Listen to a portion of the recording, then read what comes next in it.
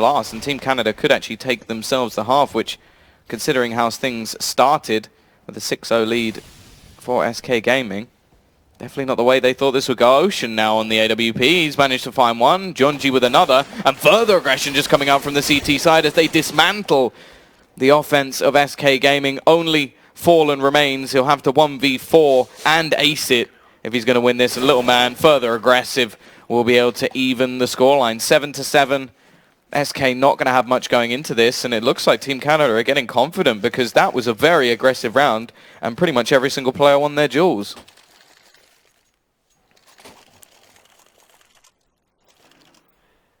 Yeah, 7-7. Of course, this decides who finishes off this first half with the man advantage, with the round advantage. Sorry, one round advantage. But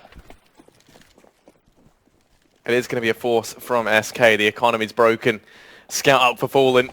CZ's in a dig for the rest of the team. And they're going to go rushing on in towards the A bomb site. Taco, first man to fall. Coltera going to follow him. Chonji able to mop up two. Looking for these eco frags. Ocean, nice quick flick out on a bolt's falling, goes down. It's all on Fur. 1v5. It's not meant to be. And Team Canada, they will manage to win out the half. 8-7. Yeah, very, very good resurgence from them. It's 6 rounds initially from SK Gaming, and then from then on they only managed to get one. The AWPs really did play a big part, and I think Jonji, with his sort of switching up his position over towards this A side of the map, whether it was bomb train or actually pushing towards electric or even taking over pop, he seemed to be fairly successful in all the moves that he made. So yeah, a very good half from Team Canada indeed. They've made this game interesting to say the least, but the question is now, can they break down the SK Gaming CT side? It's no longer any excuses really for SK on this CT side. It's not like they've got Phelps, someone sort of sitting in, a stand-in, in fact, they didn't really practice with. This is their roster. This is what they said they've been practicing for, so I'm expecting a strong CT side from the Brazilians. Yeah, for Team Canada, give you the fast play out towards a Fallen. Does manage to find the first. Decapitates Wardell. Now, Trade looking to come on through. Someone top of the train repositions, trying to take the fight. Has support from Fur. First able to get one, they tap away, and between them, they hold down the A-bomb site. SK Gaming going to win out the pistol. Both pistols. Yeah, now they tie up at 8-8. Look to try and retake this lead on the CT side. Yeah, a very difficult prospect now for Team Canada, as they have now lost both pistols in this game. Especially against a team like SK, you do not expect them to be able to turn such a deficit. Normally handing over 6 rounds, obviously dependent on whether or not the bomb goes down, but that is the norm. 5 or 6 rounds. Quick push coming out from Little Man. He will be met with Taco, who has support from Fur as well. Not going to be any chance for a trade. Couple of MP9s in this. Jonji actually shooting through the wall, pushing Taco back. The Molotov will just be used to deny any further pushes available. T's just sort of spread out across the map at the moment. They've invested into Deagles, of course, so a lot easier to sort of hold the angles than it will be to actually peek into them, and they're hoping that SK will offer up their lives. However, Fallen is doing just the same, looking for the dunk, but isn't quite going to reach. The SR will be handed a small lifeline, and Ocean now actually sneaking around this Ivy spot, but the Molotov at least will hold him out for just a little bit longer. The T's in the meantime are going to be making their way over. Ocean trying to make a bit of a distraction over towards this A side of the map, and will leave Taco with a lot to do. Hasn't spotted anybody just yet, and actually they're going to push out upper, leaving just Fur on this site alone. But with the M4, drops one, the bomb is on the floor, and it's going to come down to Jonji and a very long rotation from Ocean. Yeah, Jonji with the dig, the bomb's down at ramp, they're all over it. Jonji goes down, and now it's Ocean 1v4. The only thing is, he's been able to slip in through connector. I think Coldzera did hear that. Fallen's primed and ready. And now Ocean with Coldzera coming in the back line, and Fur and Fallen setting up the crossfire on B. It just was not meant to be. As SK, they're going to go ahead and retake the lead. No bomb plant for Team Canada means that they will be eco in this round, and that's going to be a 10th for SK unless something goes drastically wrong. It's a chance for Coldzera to make some money on the MP9. Yeah, this should just be more of a farming exercise. A single flash for Jonji. Looking looking like they are just going to go running straight towards that B site. Early flash just to try and stop any of the aggression from Taco, but he's switched up his position this time, moving towards up. He actually gets overwhelmed, so that is actually an M4 into the hands of the T side, who are just going to look to try and run out, but Fallen already holding that cross. They don't want to allow the bomb to go down, and Fur with a nice spray transfer will finish off all 3 remaining players. Only one lost, desperately trying to save that other M4, but it isn't going to happen, and now the Ts can get themselves a buy. Wardell will have his AWP, and everybody else with those AKs and utility.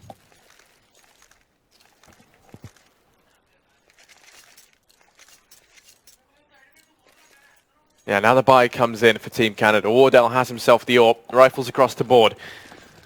4 smokes, 3 flashes, 2 Molotovs. That's all they have, Tom.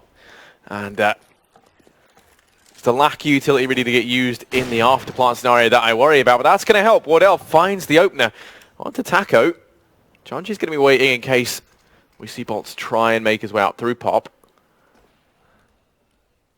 Now there's only one man inside of B, and that is going to be Fur. It's a big responsibility to try and hold this down all on your lonesome, but he has dropped to Wardell. That's the AWP. Taken out of the hands of Team Canada. Coldzera, you've got to admire, you know, the dedication of the MP9. They have been locked out of A, though, in the meantime. Coldzera here in connected, the first responder on the scene, and DSR rotating around with the bomb. They should be allowed to get this down.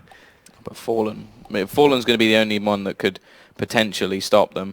Jonji actually going to go pushing, and he's overwhelmed by that MP9. Spray and pray from Coldzera, and this leaves just DSR left. He does have control of the bomb, 45 seconds left. He's going to be pushing around towards the site. He does have to be very wary of the position of Fallen, that AWP. Such a horrible spot to hold, especially if he does want to try and get that bomb down. Cold just going to be holding back, and, well, that's not a position that he can win. And now the rotation will come in from Fur as well. Fallen, AWP, and as said, just holding. Simple stuff for him. The bomb will go down, which will at least give an injection of cash, especially with the loss bonus built up as well, which does mean that potentially Canada could buy into this next one. And they will actually retrieve the kit as well. Not really sure why Fur threw away the smoke. Maybe he thought there was another one? I don't know. Either way, 11-8. SK taking a firm lead. And as said, with the bomb plant, they will get the bare bones buy at least. Maybe the rest of the players won't invest so much money, because of course, at the same time, another bomb plant would actually give Jonji a buy anyway. But yeah, they're just going to go for it.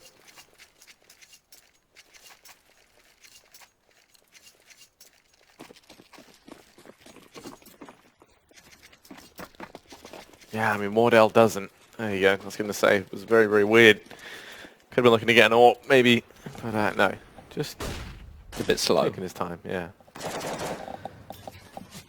And well, speaking of slow, that's how Team Canada are going to look to approach this round. They've slowing right down, no early peaks, as we have seen. Just as you said, there's going to be a bit of a challenge coming out from Wardell as he gets flashed back. Fallen now has support from Bolts as he rotates around. Taco once again falls on this B bomb site. It's a bit of a reoccurring problem. He has been struggling over at B. Team Canada still yet to exploit that fact, and now Wardell gets found over in main. DSR tries to creep on through, but look at this from Coldzera. He's actually pushed around the smoke, looking to try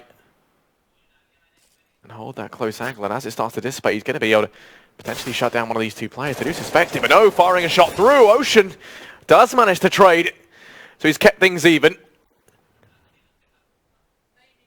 That could have been a very big problem for Team Canada. They're going to keep progressing in towards this A bomb site. Fallen, though, on the bomb train. Finds the first. He spotted the bomb moving out towards Electric Box.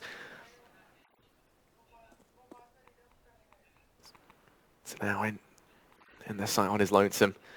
Holding the fort. Does have Bolts nearby. Did he see Ocean on top of the trains just then? No, he did not, but he's quick on the trigger anyway. Drops him from the equation, and now it's Jonji left 1v3.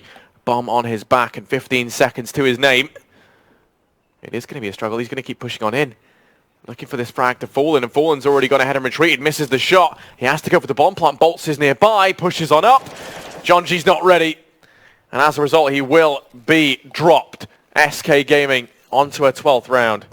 And since moving on to the CT side, everything has come up SK. Yeah, I just love watching Fallen AWPing. I think is probably one of my favorite things in just the whole of Counter-Strike, because it's not necessarily that he will always be hitting every single shot. It's just that his movement is just incredible. Like, you even see it towards the end of that round. He finds a pick on the site, instantly just goes rotating back through the connector just to get himself a completely different position, which no one is going to expect. He doesn't even hit the next shot, but it's just the fact that he was so ready and aware that, okay, now I've been seen, I'll just go somewhere else. I'm low on HP. I'll make sure that I have another angle to take. And it's just wonderful to watch. Taco, as you said, has been struggling a little bit over towards this B site with his aggression, so he's going to switch to an AWP.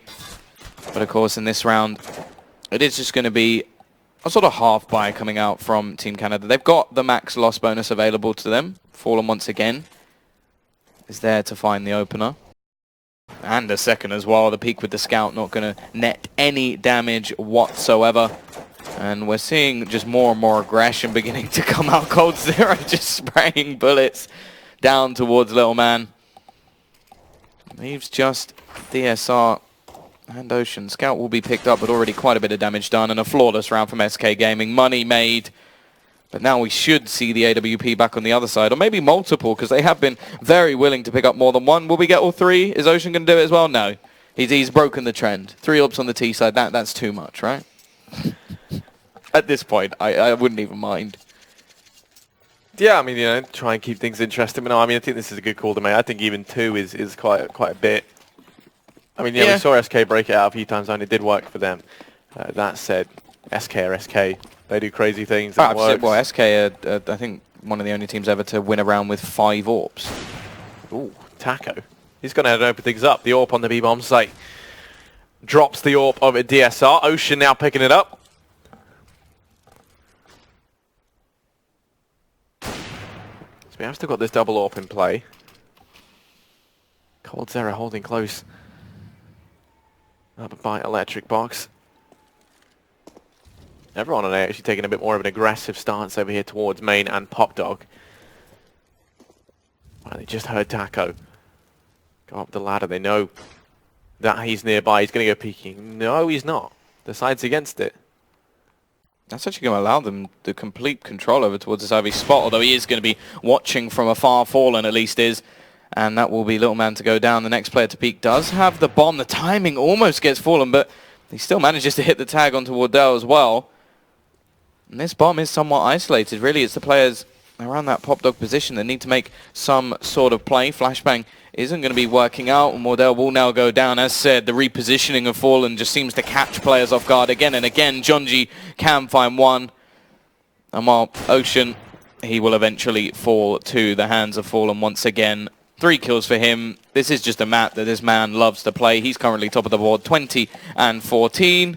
And we are going to see a pause called in. Or attempted to be called in. There we go. 3 attempts from Ocean, but he got there in the end. I don't know, is it... I feel like you wouldn't say sec please if it was a tactical. I feel like that might just mean that he's got something wrong, like a technical pause. Yeah. Or he's just very polite about the way he takes tactical pauses. I mean, at this point it could very much be either, right? And that pause could be called on in. I think, you know... I would actually be somewhat disappointed. I wouldn't be surprised if we see Team Canada go for a B play here. They've been finding good success at dropping Taco. Since he's moved on to the AWP, it's been a bit more tricky. But I think they could overwhelm that B bomb site. Because Fur's been there as well, and Fur has been on fire. So it's like, it's one thing to drop Taco, yeah, even though they managed I think the bigger problem for them now has been falling on that AWP. You know, constantly catching them off guard over towards A. We might just see something a bit faster come in, but it looks like they might try throwing a fake out here. They have the bomb, and Jonji over A. Now it's going to be the fast A play. Knowing the Fallen's here with the AWP, they're going to look to try and overwhelm him. Bolt's going to go ahead and roast one, and then finds the other with the AK. Cold Zero to help out, and it is a slaughter in the A bomb site, Tom. It's all on Ocean. 1v4. He's able to find Bolt, but now Fallen's here to try and get that trade. And Ocean players flanking round from behind, going to get dropped by Fur. Quick in from B to assist over on A, and that's SK Gaming at match point. 15-8 in their favour. In this second half, still yet to drop around, Tom. Have they actually gone B with rifles? No. They've had Wardell go there early on, pick up like 1 or 2 frags and then die and then go towards A. I honestly think the answer to this problem just lies in, or at least attempting a B. Yeah. Like if they tried it, it didn't work, fair enough. But they've only tried it on like the occasional force. So I think now's the time we see it, Tom. 4 players going over towards B. They're going to leave DSR behind, throwing out some utility in towards A bomb site, trying to sell this fake. But Taco's there, and that's the problem. Since he's been on this AWP, he's been a real menace inside of B. And speaking of menaces, Fur is no stranger to that title. Goes ahead and drops Jonji. And already this B play has been torn limb from limb. Taco in with the flick. Decapitates DSR. And Fur, ooh, he has an inkling. No man's there. Hiding in amongst the smoke. Who wins this out? Shots rain through. Fur goes down. But already the rotations have come in. Taco and Cold Zera inside of B. And look at this. Bolt's about to try and make his way up the ladder in pop. Peeks on up. Ocean is there. Could get the better of him. And he will. So they've pulled it back to a 2-on-3. Little man. Once again, going to try his luck with the smoke. But it's a dangerous game he's playing. 2 players resort on the other side. Cold Zera going to find it. And now it is just Ocean left to 1v3. Versus SK. That is no easy feat. Well, little man's out. He doesn't believe in Ocean at all. I mean, there you go, guys. Great to see. That's brutal. Big fan of the faith that Team Canada have. This is, of course... Oh, God. I believe in Ocean. You know, what else? Oh, God. Colt's not looking. It was both players back-to-back. But it will be SK. Someone as expected, a dominant CT half coming out from SK Gaming. And, yeah, we never really saw anything from Team Canada on the T side. Yeah, that's a bit of a shame, right? Because CT side actually started to look quite good. They finish it off. You know, they win out of the half 8-7. It's looking fantastic. And then lose the pistol. From that point onwards, it was all SK. And they didn't really, you know, have... I mean... You know, little man didn't believe. It's kind of disappointing to see. At least, you know, for once we had more, we actually had more faith than one of the guys in the team. So, you know, there's always it's a bit of a worrying prospect when we have more faith in the people in the team. But hopefully they'll be able to come back against, obviously, some of the other opposition. They do have to play Cloud9 as well, which I don't think that's going to get any easier. I think Cloud9 are definitely a team, especially when they know that they're better than their opponents. They will just go ham and just absolutely destroy them. We saw sort of Stewie making ridiculous plays like yesterday when he was just running through smokes and trying to kill people. I suppose that is what Stewie does, but he does it a lot more versus teams he doesn't have respect for. So I think that'll be a little bit of a problem for Subtle later on. But hopefully they can at least get themselves a win, because otherwise they are going to be looking further towards that sort of bottom part of the table. Either way, we've got plenty more matches to come, and they will be coming up after the break. The World Electronic Sports Games now enters the crucial final stretch. The American qualifiers kick off on February 1st. And during 4 intense match days, the best teams of the region will battle for $233,000. And more importantly, the highly sought-after slots at the Grand Finals in China. The best of the best will play for the championship title from the 12th to the 18th of March in Haiku at the WESG Grand Finals and $3,920,000 prize pool. Cheer for your country and join WESG.